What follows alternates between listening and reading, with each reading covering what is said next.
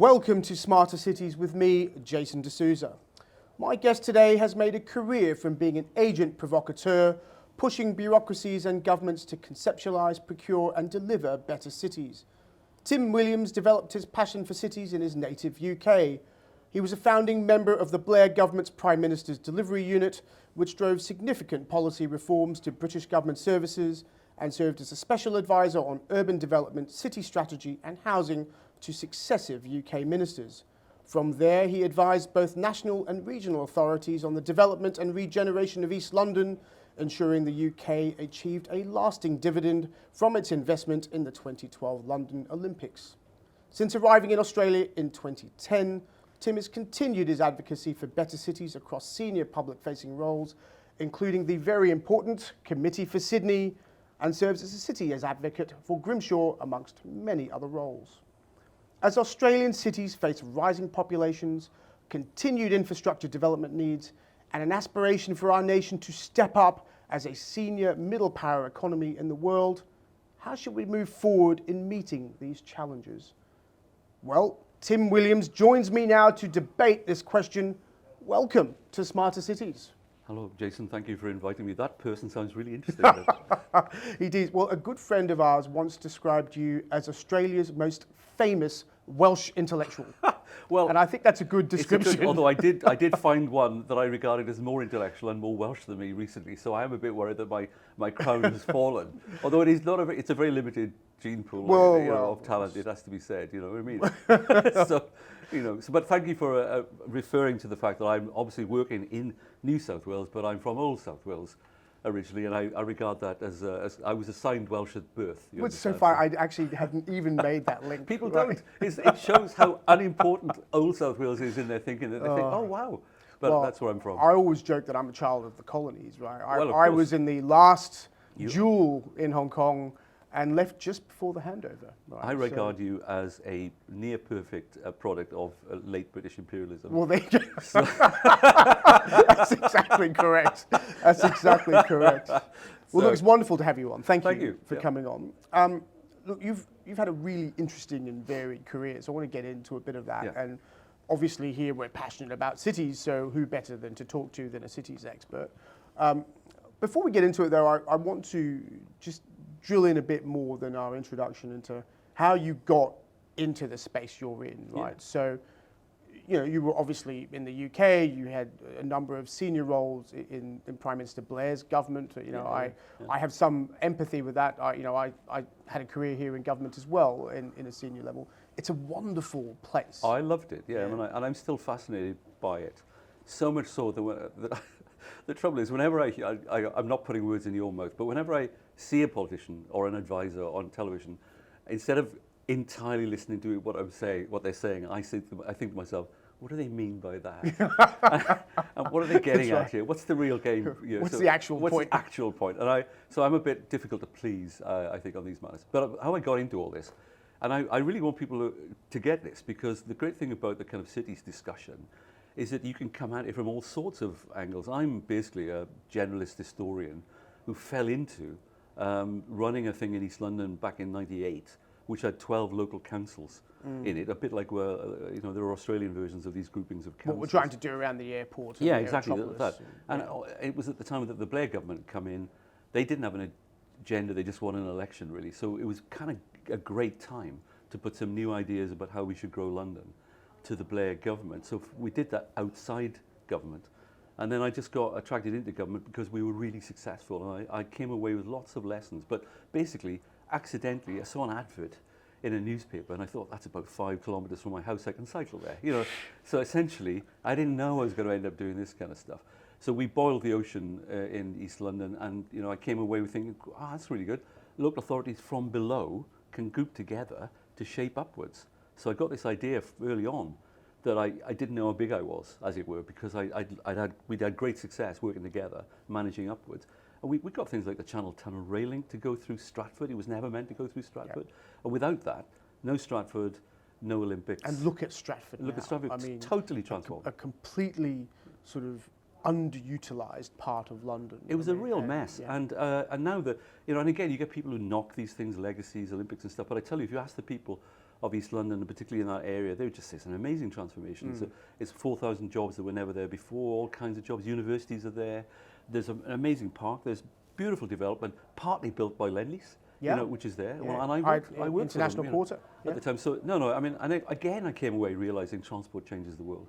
That transport and placemaking go together. And I could see it, we did it. And so on the back of that, I get to 2005 and I'm asked to become special advisor to the rising star at that time, who was David Miliband. Oh, right. Yeah, who was meant to take over from Blair until his brother scuppered him. Ed. Ed. Ed. Yes, right. Which I always thought a Prime Ministerial candidate would really not want to go with Ed. No, right? But I mean, I think that was the least of his problems. But essentially, your younger brother comes through and beats you.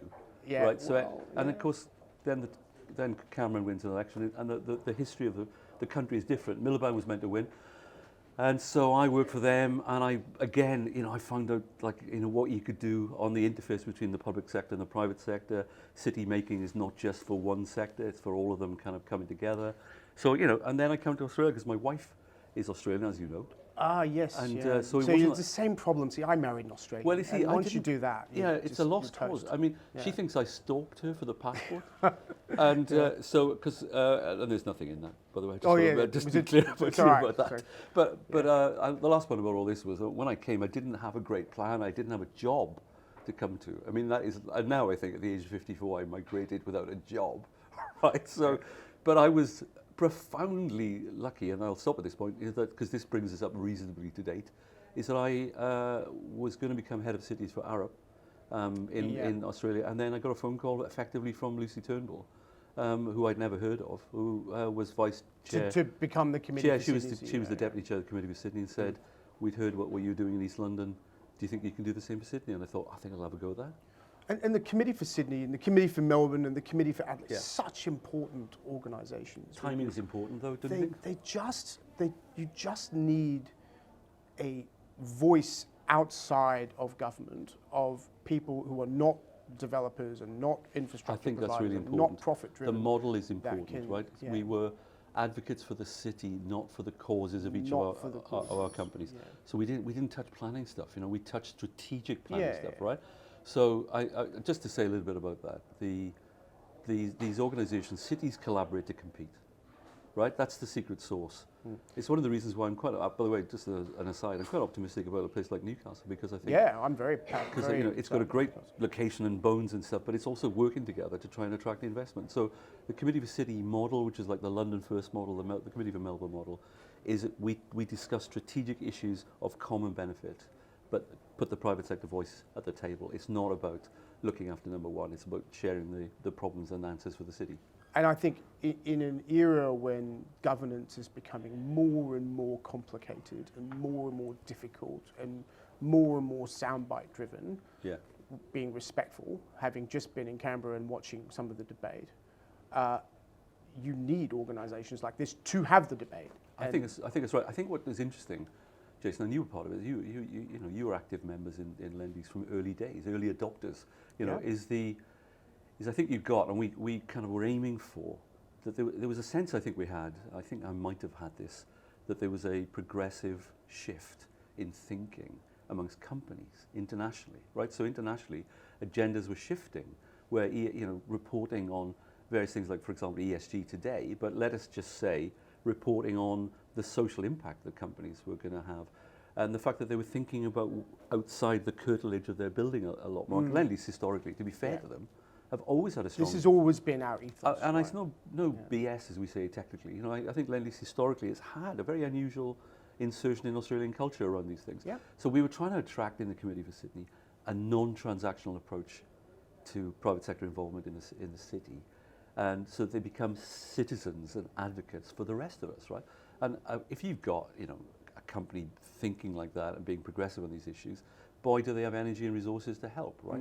So that's what happened. We brought people together, and we also, this, I was very keen also to make sure there was a meeting point for the clever bits of the public sector, the ones who had a real ambition to change the world, so they could meet like-minded people across sector without worrying about procurement. Yeah, and you certainly did that. I mean, Tim, I'm just going to get you to face the camera a little bit more, because otherwise the audience doesn't get the benefit of you. Well, it's funny. I do think I have a great face for radio.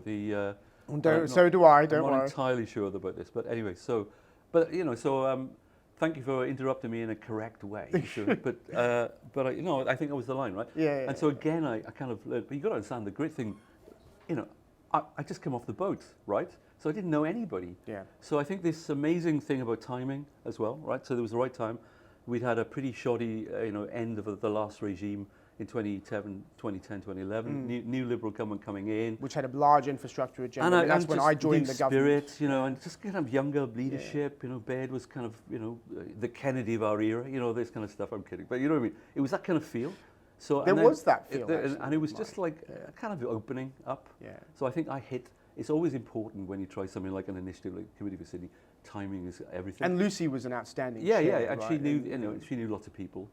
But I mean, think of the autobiographical thing for me. I didn't know anybody, and now I know lots and lots of people through that experience, right? And so, and within a very short period of time, absurdly, I was then advising, the national government on cities policy, because you may recall the Turnbulls were quite important at that point. And so now Prime Minister Albanese indeed had established a cities unit. So he's a big cities guy. Very, very passionate about it. I remember, my then boss, Duncan Gay, who after I worked with the Premier and the Prime Minister, now Prime Minister, are pretty close. They did lots of work together. Yeah. One of the things that they were both passionate about is, which we share a passion about, is how transport infrastructure actually creates cities. So I want to get to that in a second, but before we do, one of the things you did in your UK experience was Michael Barber, and you were involved in the Prime Minister's Delivery Unit, which we actually adopted in New South Wales. So we had Michael come out, and I've read his book. Yeah. It's a wonderful book.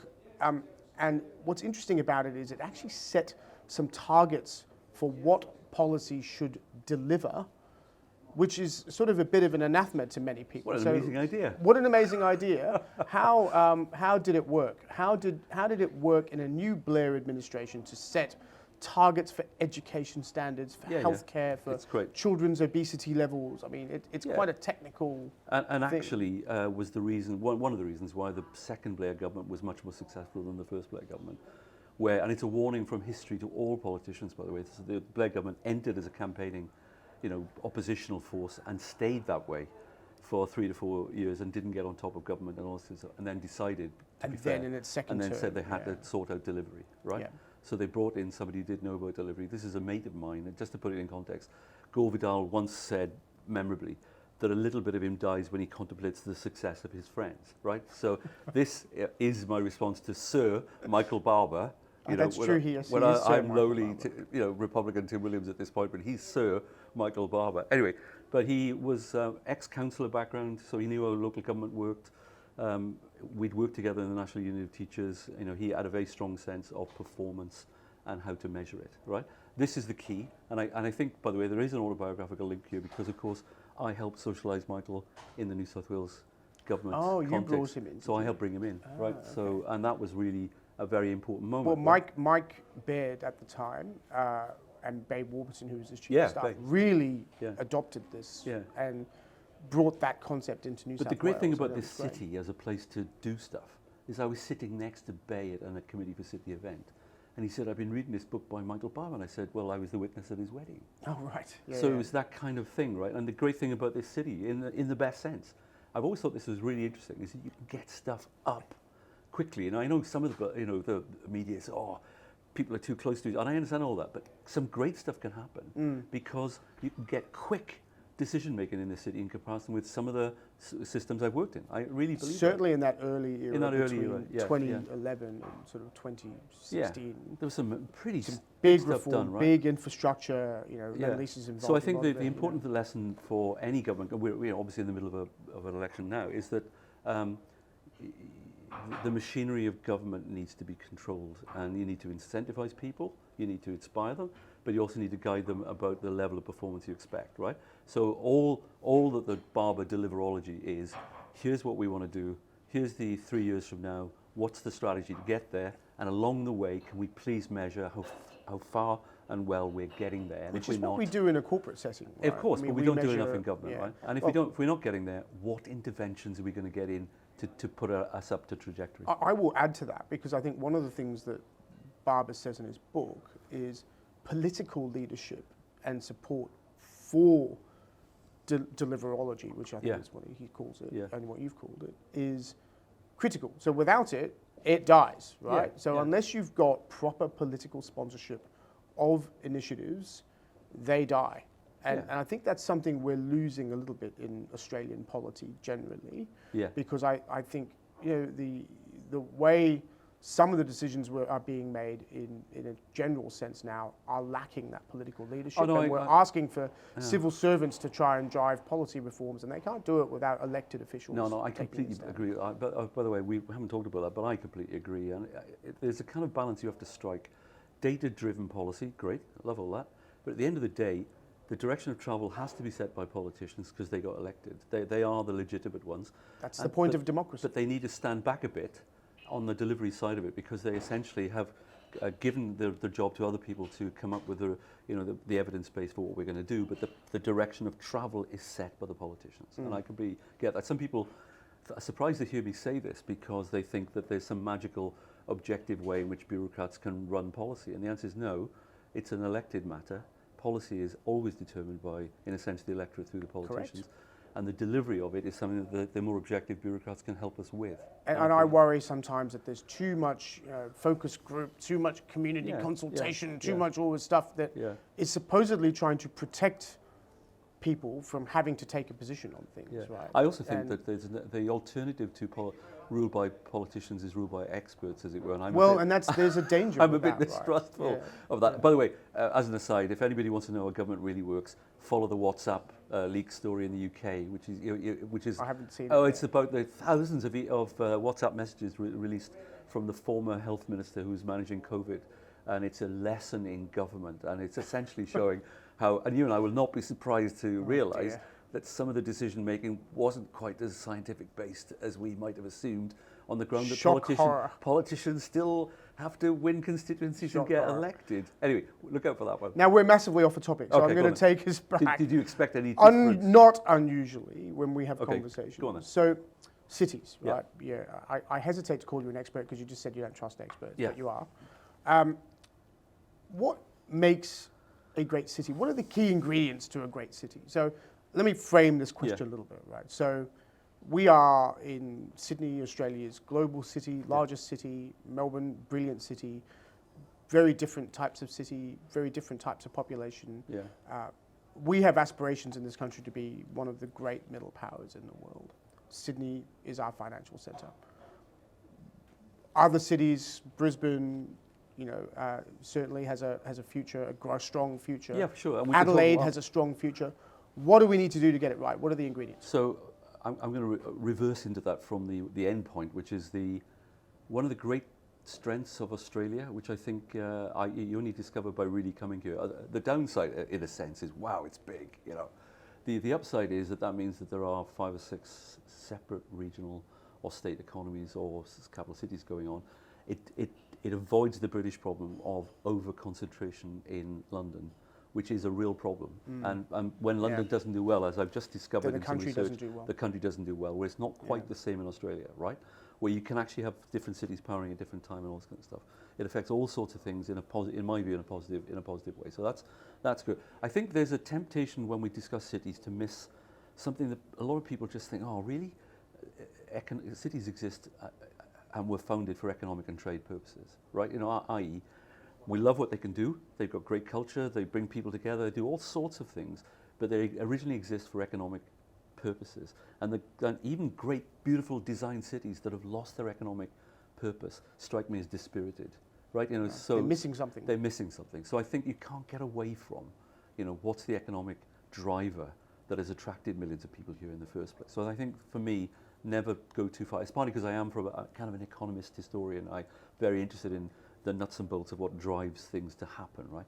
So demand, why do places work? I think the other thing is that you then got a discussion about design, you then have a discussion about planning, you then have a discussion about the kind of secret sauce in places, and and I think it's true. I mean, I hate the clumsiness of this, but the cities that we historically have loved, and we've got to work out what we do next, but of the ones where they brought together lots of people in a kind of reasonably sufficiently dense to create, economic and cultural agglomeration and benefits and all that kind of stuff, but not so big that they feel inhuman and they feel impersonal and just too large. So during COVID, we saw people leave mega cities more than they left medium-sized cities, partly because of lots of other reasons. But let's just say you could probably get too big with the city thing, and on the other hand, you can't be big enough to have the university, to have the orchestra, to have all that kind of stuff. So there's a kind of pleasing scale.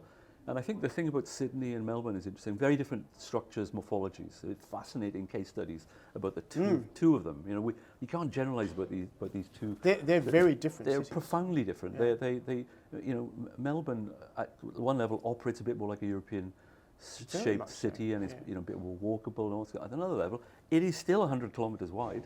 It is still essentially run on the car. So. Whereas Sydney's a bit more polycentric intrinsically. The rise of Parramatta is not an accident. It's and I do urge people, anybody by the way, my father-in-law hasn't been in Parramatta in 30 years and doesn't believe me that it's what it is today, right? So I think we kind of do know. I think the problem is once the car was invented and cities started shaping themselves around the car, we then entered a completely different era of lower density development, further away from the sort of city amenity. And I think the task in Australia has been that we've created great residential suburbs. Can we now, in a sense, make sure that the next wave is about placemaking suburbs? Suburbs that feel like town centres rather than just housing estates. I think is where I'm at. So I think there's a big opportunity. The last point about this is growth. People might not realise this, but so Australia, even last year, it might not have imported anybody in 2020, 2021. 3 years. But 22, almost 200,000 people came in 22. So we're kind of back into that, 1.5% growth a year. Here's an analogy. Back in the 1920s, this is interesting, I think. Back in the 1920s, when the Spanish flu was around back in 1918, 1919, we saw an urban response to that, which is people in Chicago, New York left for California and Florida. People who could left because they were fleeing denser inner cities that were not so good climates, and they thought were breeders of ill health, to go to sunnier climes, right? Where the Californian bungalow was invented and imported, as you know, to Australia. I think we're about to see the same again, that Australia internationally will be pinpointed as a successful post-COVID environment in which to live. It's almost the only positive story about the climate we ever hear is that actually this is quite a good one from a health point of view in Australia. So I think we will see continued growth. The question becomes where and in what kind of cities people will live. We've been building very, very extended cities, and I'm just wondering where the model now goes. So it's fascinating, right? And I think there's 2 points. So first, I would say we are absolutely one of the standout nations that people want to move to. Yeah, right? sure. So having just been home in Hong Kong and talking to so many of my old friends there, all of whom love living in Hong Kong, they all recognize the lifestyle standard here is just beyond anything that's used. And that is in a city where you can get anywhere in half an hour on any form of mass transit. They've just announced a new 10-station line out to Islands. It's forever. But people still want to leave at some point. Still want to leave. Leave meaning they don't want to leave because the economics are very strong, but they see the lifestyle opportunity here as something important. And I think you're right. I think we'll see migrants come here. Yeah. I would also say, though, the economic opportunity in Australia is strong and has been strong for a long time. Again, decades unbroken economic growth, can we no talk about recession. Yeah, we can. Yeah. I will say, though, that the job opportunities here far exceed anything that perhaps has been happening in Europe or even the United States. So I think there are two. I'm going to darken the horizon slightly at this point, right? Because I never saw you as the counterpoint to my optimism. I was it's more that I like. I might have all sorts of I'm a sentimental Welshman with a tough-minded brain, right? So essentially, said he. But I think this is true. So here goes. There are two clouds on the horizon which I think need to be really thought through. I think one is we've this is my phraseology, but we've been for the last 40 years after the decline of the city model in which there was like industry close to the centre. We historically our ports. We then created an economy which is based on knowledge work and retail in the city centre, right? Knowledge workers were coming closer. So we built a city for knowledge workers, and then during COVID, the knowledge workers said, thank you very much, we don't need it anymore.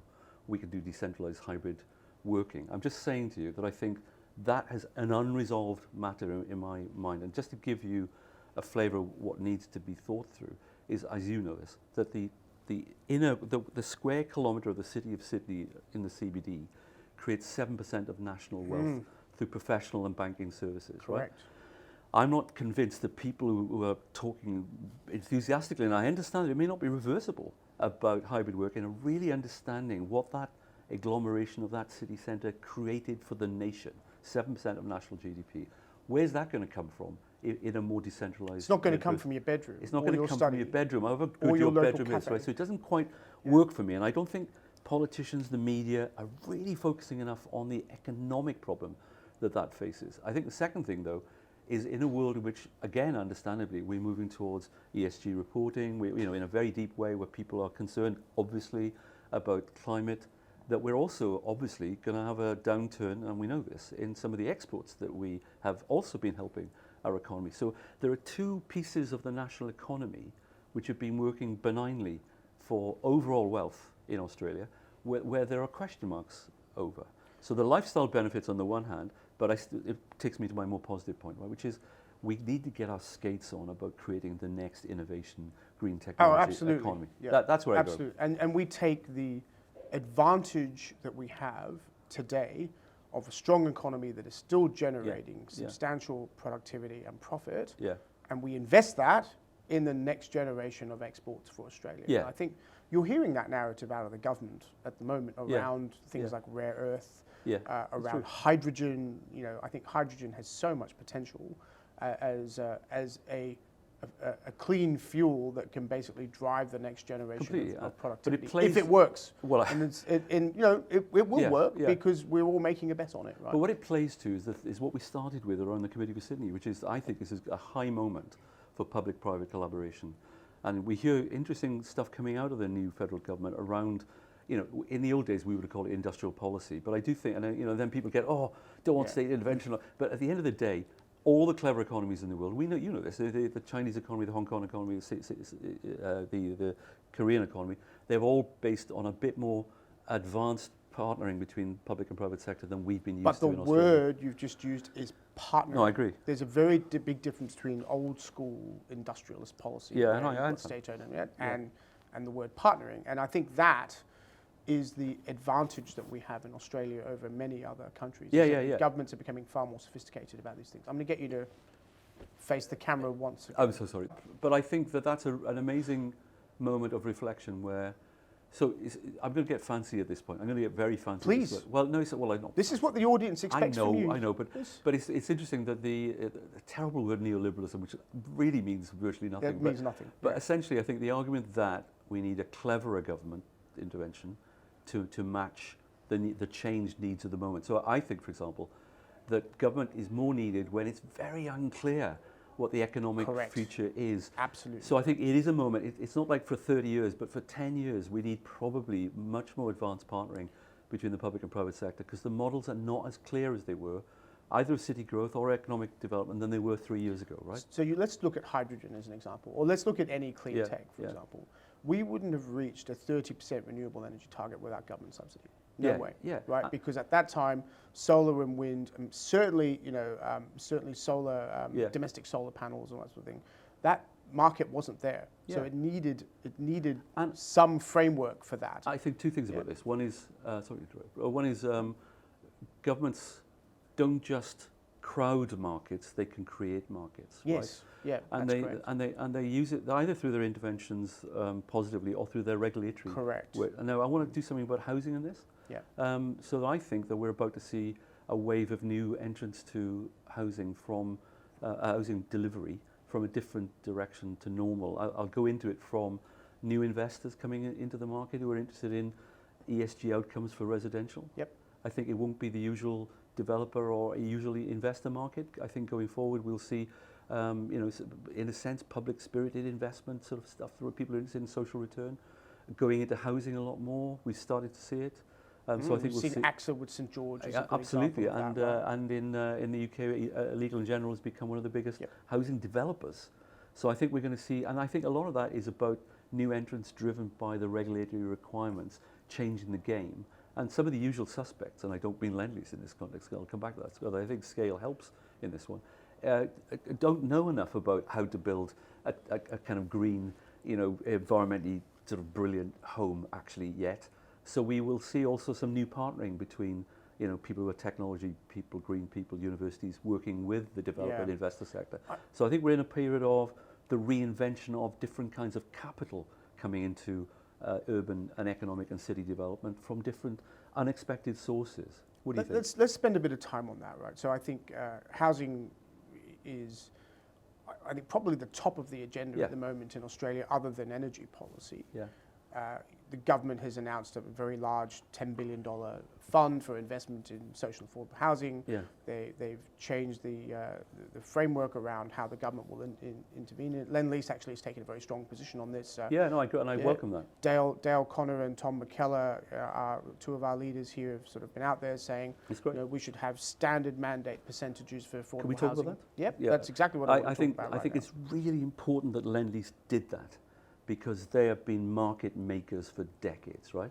And I feel as though it's a return to their business, the good business as usual of what they were before. The DNA comes out, right?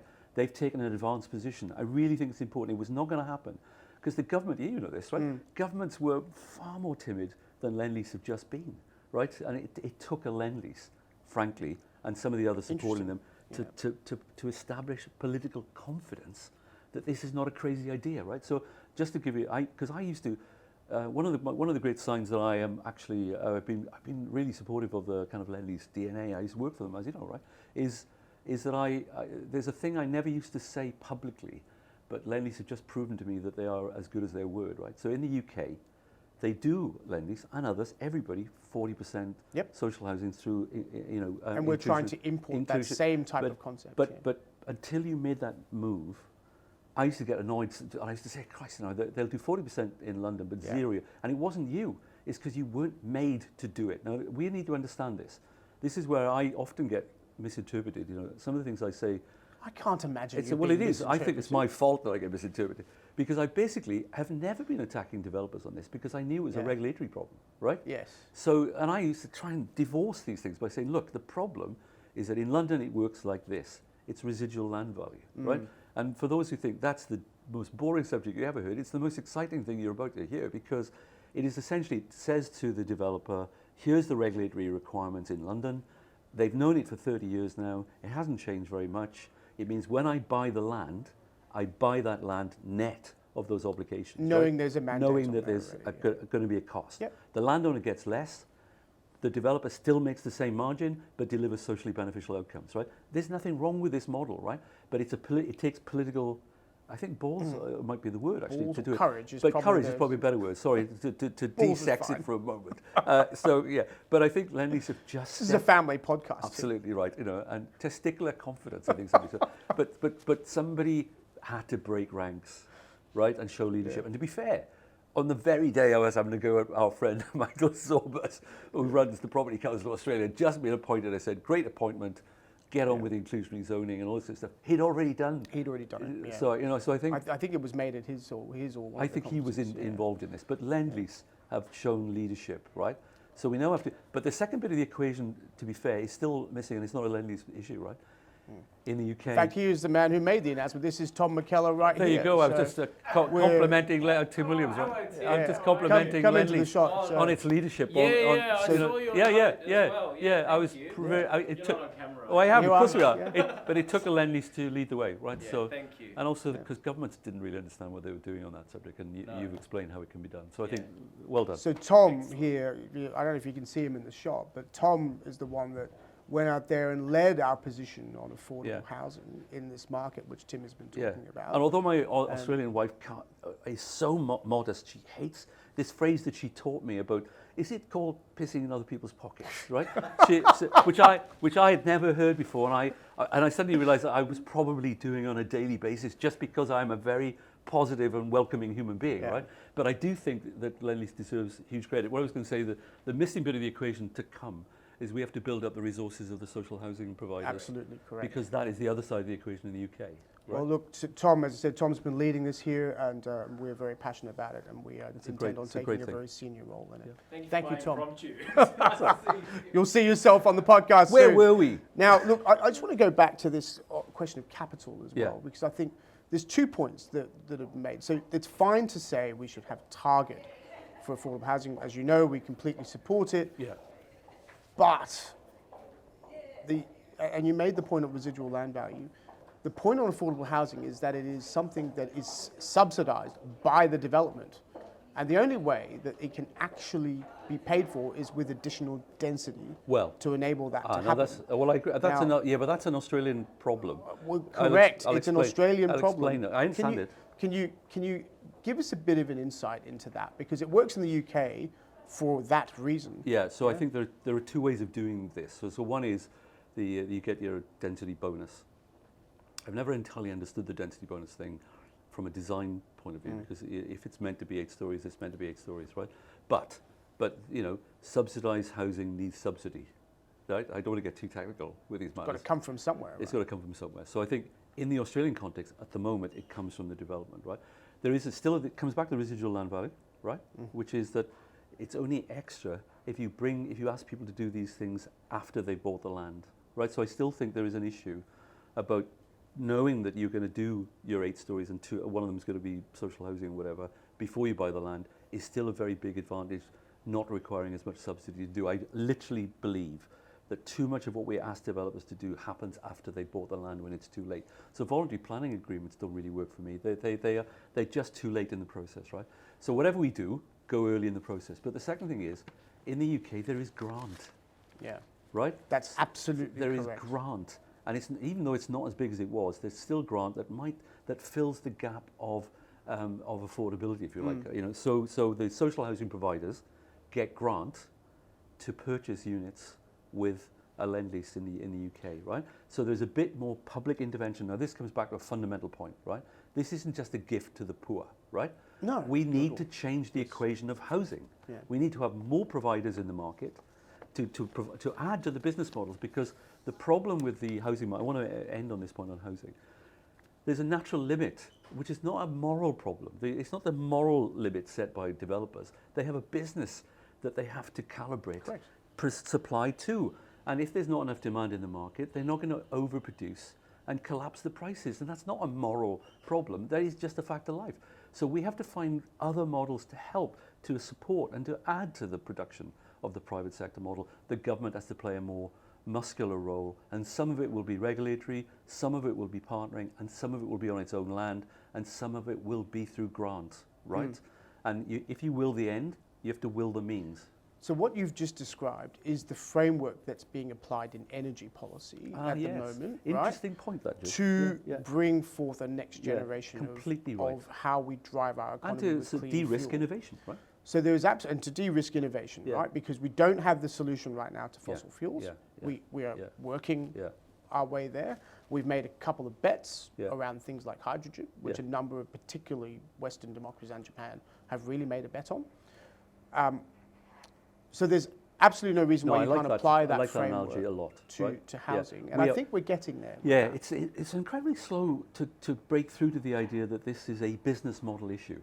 Right, I think that's a good way of describing it. Yeah, so I think some of the things I say are true, by the way. And and that was, I follow that up by saying some of the things I say about myself are true, right? Which is, but with the implication that not all of them are. But I do think that we've misunderstood. Here's a big sort of ending of the discussion, if you want to end. But we've misunderstood housing. I'm not convinced, and you and I both work in government. I'm not entirely convinced that even people who have had housing minister on their label and bureaucrats have not understood how the private sector works and has to work to turn a return and to deliver what it's doing. And so, although it fixates on some part of helping the private sector, and I understand it, like simplifying planning and all that kind of stuff, to be honest, I think there are no roads to solving our housing problem in Australia without the government playing a more creative and interventionist role with the private sector that knows how to partner. That is my view. And that is a good point. And again, it's transitioning housing authorities in government agencies into organisations that don't deal just with public sector social housing Absolutely. stock, Yeah. which has traditionally been the role of these things, Yeah. towards one Yeah. that actually starts to private with the partnership with the private sector, and that has been started. It's been a bit slow, but it's started, and we're seeing things like this now happen. There's a number of bids Yeah. in play in Victoria It's and in New play. South Wales. It's in that play, are and I think doing it. the private sector is coming to the party in a way of saying we do need some new models. Yeah. We can't deliver. I think the other thing is there's a great phrase. You know, the economist of the moment, Mariana Mazzucato, you know, was Jim Chalmers quoted. By the way, he never got enough credit for doing what a politician, and you and I know this, never does, which is name his sources in a speech. Right? It's just, you know, amazing. You know, Biden wrote a whole speech without saying it was written by Neil Kinnock. You know, so I do think that's really important. She wrote a book. Her first book was called The Entrepreneurial State. Okay. Right? What was the author's name? Mariana Mazzucato is the one that Jim Chalmers was quoting in his new approach to capitalism speech. Oh, right, in the essay, the famous essay. She's an Amazonian economist from London who I've met, and the only person successfully to walk all over me. I promise you, quite hard. She's very impressive. So she has written a book called The Entrepreneurial State. That's what we need. Interesting. Well, there you go, viewers. You can have a read of that and see what it says. Look, I want to go back a bit because we started on office and we started on city. Yeah. And I want to go back there quickly. So what's the future of the office, right? So we're in the office now. I thoroughly agree with you that cities are about agglomeration, about economic productivity, about idea generation. Yeah. That doesn't come from Zoom, It right? doesn't come from Zoom. Zoom is a wonderful tool. Of course. I think, you know, we Are you an now investor see... in Zoom, Jason? Is No, that why you not said at all. Or that? Zoom or Teams or whatever, WebEx or anything else that we use. Video is a wonderful indeed. tool. The moving FaceTime. image. The moving image. Yeah, the moving image, which, you know, I think is a great and it's tool. here to stay. We know this, right? So Particularly for international engagement, which I do a lot of. Yeah. It's important because you can't be on planes all the time. But I think, you know, 3 days a week, people are sort of in now. Sydney's coming back to life. I think Melbourne is. Hong Kong certainly was. okay. But we're not back to where we were. No, What's the future? No, right? I think that the most abused phrase in political and you know, sort of intellectual advisory work is it's different this time, right?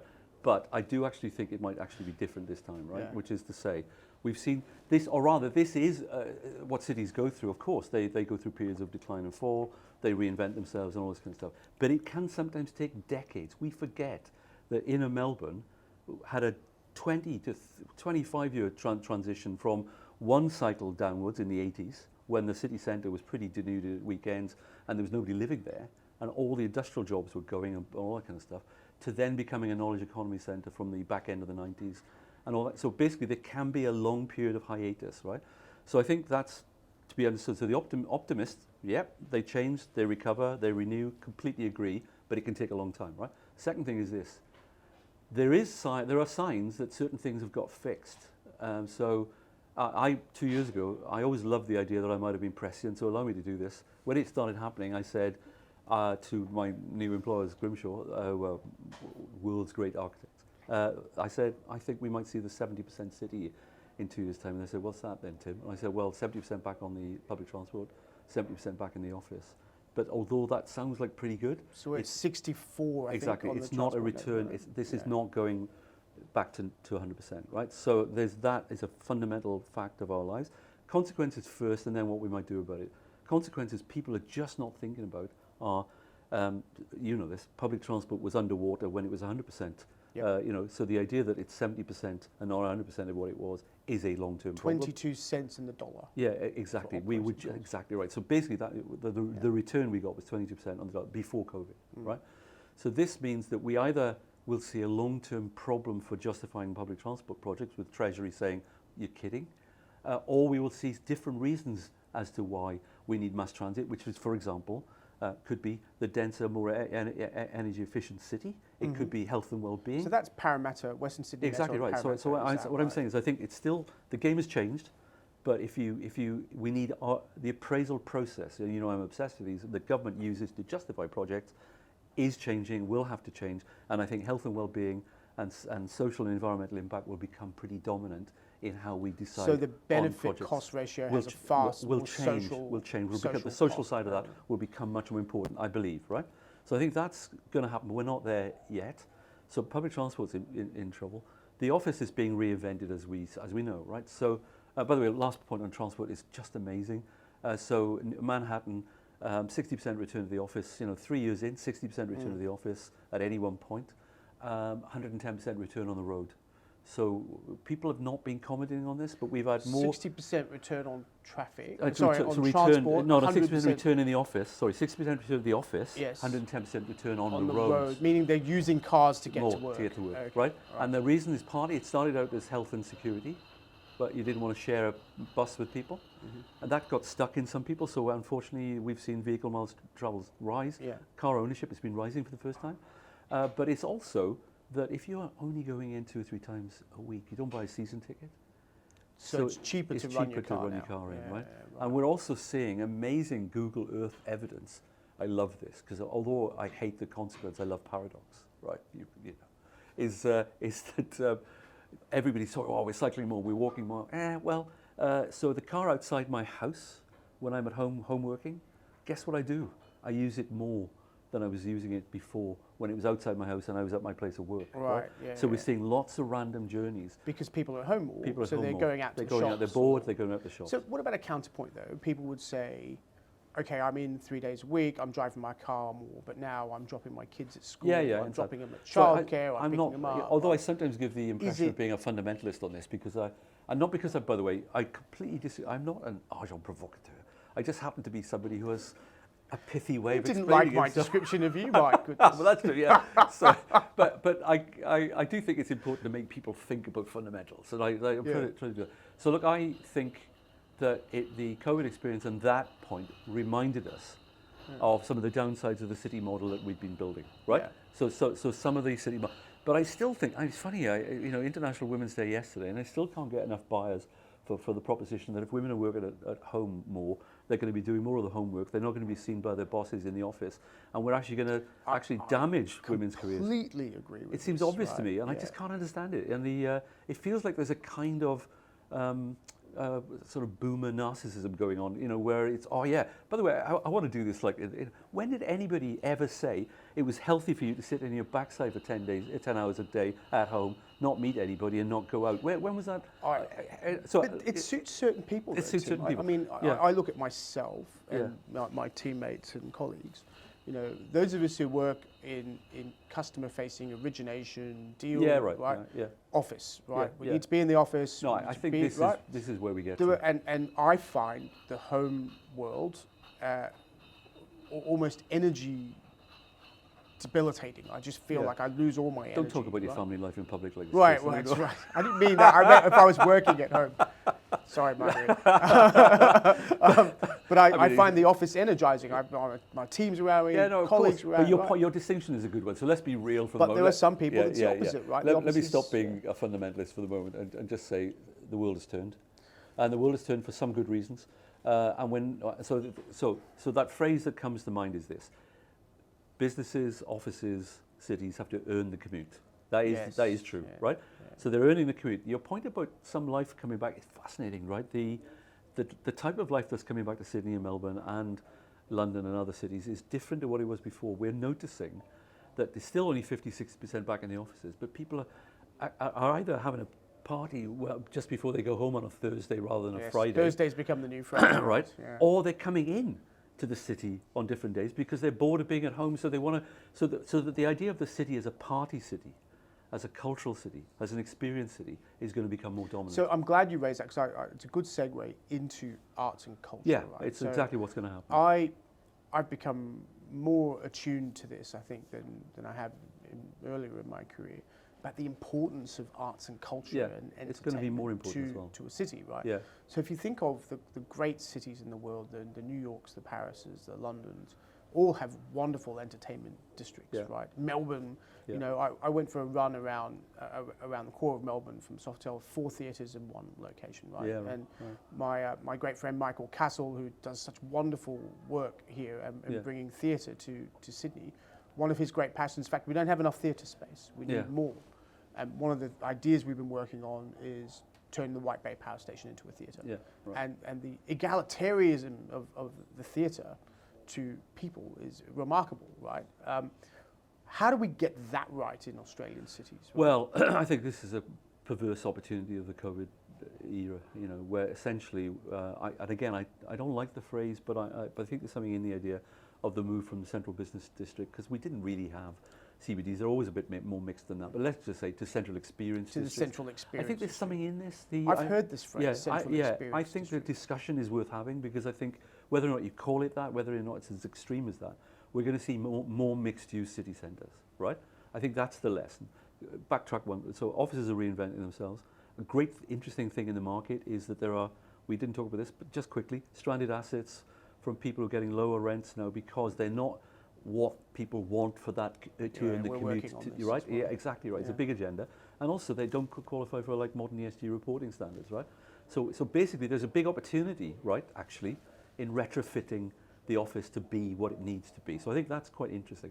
On the retrofitting cities to be what they need to be front, I think that is where we're going to go. The central experience stuff is, you know, the party city, right? Avoiding them being theme parks is going to be important. But I think that the mixed use future is the answer to that. So that we're already seeing internationally, not here so much, but requests to shift the use of an office to a residential or to a more mixed use future. We will see more of that, I think. So we see it in Melbourne. Okay, yeah. We're not seeing it so much in Sydney yet because I think planning authorities are still uncomfortable with this concept around particularly older commercial buildings being converted into residential. It's a big call, this, but I think it might come. Well, I think it has to. I mean, it happens in London, right? Yeah, it happens in New York. You've got people living in the city. We have shied away from that because I think old style policy thinking around this was you had to protect employment zones from development, residential development, because it would crowd out jobs, right? Oh, this is critical. Right? It was critical. Yeah. Having said that, now it's changed now. I think this last bit is a subset of this, which is worth saying one thing about, which is that old style split of uses, which in America they call Euclidean zoning, not because of the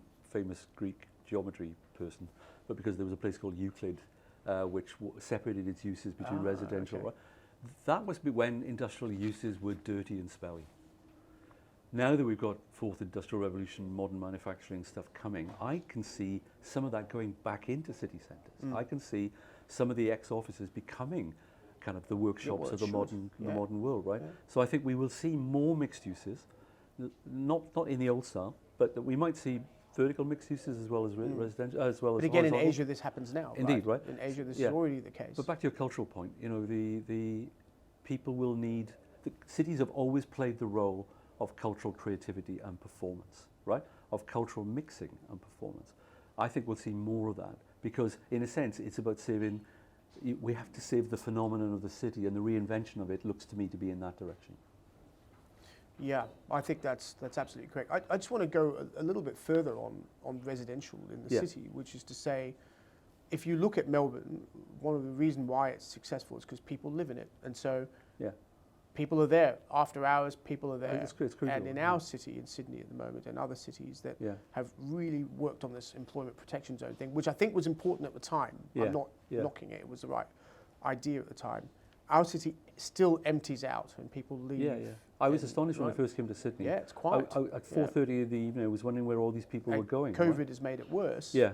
So I think there's a fundamental rethink now on what we need to recover from COVID and to redefine the way our CBD, Central Experience District, works. You and I agree on that, but it's funny, you know, we're just going through an election where nobody is talking about the future of the city or any. There's no. I mean, I've been quite surprised that it's like the elephant not in the room is actually the economy and the city after COVID, and not just the city centre, but what's going to happen to our historic town centres out there, where there may be an opportunity to use them more, right?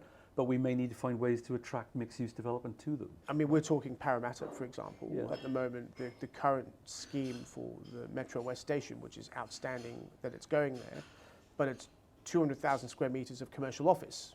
Ah, right. Okay. And that's a lot of office for an area that, probably can't support that. What it should be is a mixed-use precinct. Yeah, completely. Right? So I think that decision-making stuff is where we're caught at the moment, where we're not quite sure. We've got some great, I'm not just saying this, the people like in the city of Sydney are being very good people protecting the economic development core for the good of the city. But we probably are in an era where we need to think through now what the mixed use sort of, how we do that without losing some of our economic driver kind of effect. The other thing I was going to talk about is some of the opportunities coming from changing logistics within cities. This is going to sound really, again, like, is that really interesting, Tim? Yeah, well, I think it is. You know, the Amazonization of our city, where you've got, you know, the big fulfillment centers on the edge, and then it sort of percolates through the system, right? We are seeing, I mean, during COVID, Amazon increased its footprint by, it trebled it. It trebled its global footprint in 2 years, right? Extraordinary. It bought everywhere, right? And it's selling some of them back out of the market at the moment, but essentially because it saw, and it's been buying, and here's where I wanted to go, it's been buying dying shopping centres and turning them either into warehouse and distribution, or they're going to become mixed-use town centres. And I think a huge opportunity in the market going forward in Australia is the reinvention of the shopping mall. Yeah, I agree. And I think we're just not quite getting a head around how exciting that could be. And it actually could lead to a kind of retrofitting of density within some suburban areas because they will become like town centres.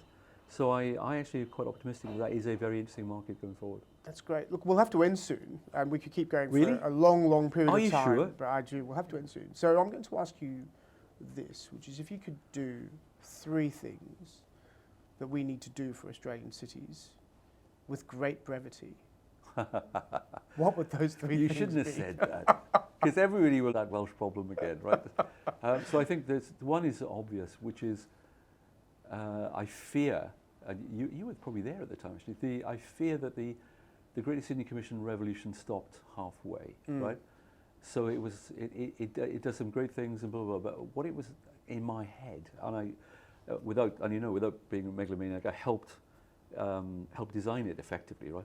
Is that I thought it was like on the way towards metropolitan self-governance. I think that for me, the big next step in Australia is a governance story around, you can't manage the cities operate at a metropolitan level. You need to find some way of doing that. London is a much better place than it was in 1999 when it didn't have a metropolitan government. So number one still is metropolitan governance, it seems to me. I think the second thing is the moment we're in requires acute public-private partnering. So I would get my skates on and really, if the new government coming in New South Wales almost needs to kind of day one start bringing people in and saying, what do you think about, you know, the economic future and how we make sure that we use our stranded assets and all that kind of stuff. I think there's a need, for my language, of greater public sector curation of transformation, right? Curation of transformation.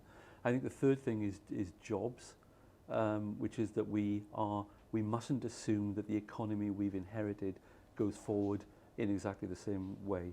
There's a high moment of thinking about where the next jobs are going to come from, and again the role of public-private collaboration and universities in really generating a kind of innovation-based economy. And the fourth thing I think is making sure that we understand that this isn't just about the future of our inner cities, it's the future of our regional cities as well. So for me, it's a high governance and collaboration moment. And conversations like this are quite important to it. Well, Tim, it's been absolutely wonderful having you on the show. Thank you so much for being part of Smarter Cities. Thank you very much.